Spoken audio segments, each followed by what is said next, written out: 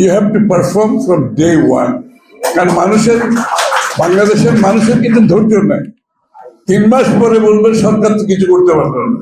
সুতরাং 3 মাস সময় আপনার হাতে নাই, আপনাকে ডে ওয়ান থেকে পারফর্ম করতে হবে। আমরা একটু আলাপ করেছি শিক্ষার উপরে, যেখানে আপনারা বেশিরভাগ শিক্ষাবিদ আছেন এখানে, যে শিক্ষার ক্ষেত্রে বাংলাদেশ এখন কোথায় আছে, এখান থেকে আমরা কোথায় যাব, কিভাবে যাব, এক্স্যাক্টলি বলতে হবে।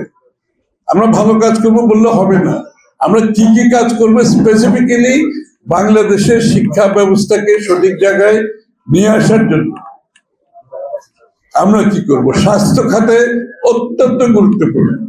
আমরা স্বাস্থ্য খাতে কি করব স্পেসিফিক্যালি জনগণের সামনে তুলে ধরতে হবে। এটাই বিএনপির আগামী দিনের স্বাস্থ্যের প্রোগ্রাম। আমি এই কথাগুলো এই জন্য বলছি যে জিয়া রহমান সাহেব একজন রাজনীতিবিদ, উনি কিন্তু ক্ষমতা দখল করার মাত্র 3 বছর ওনার জীবিতকাল ছিল, ক্ষমতা নেওয়ার পরে আবার 3 বছরের মধ্যে এরকমই। আপনি দেখেন 3 বছরের মধ্যে এরকম একজন মানুষ, উনি সবকিছু ভেবে ফেলেছে। প্রত্যেকটি সেক্টরে, শিল্পকলার থেকে শুরু করে মহিলাদের বিষয়, শিশুর বিষয়, আপনার স্পোর্টস এর বিষয়, অর্থনীতি ইত্যাদি তো আছেই। রাজনীতি এমন কোন এরিয়া নাই যে উনি অ্যাড্রেস করেননি। প্রত্যেকটি এরিয়ার উপর উনি স্পেসিফিক প্রোগ্রাম আছে ওনার।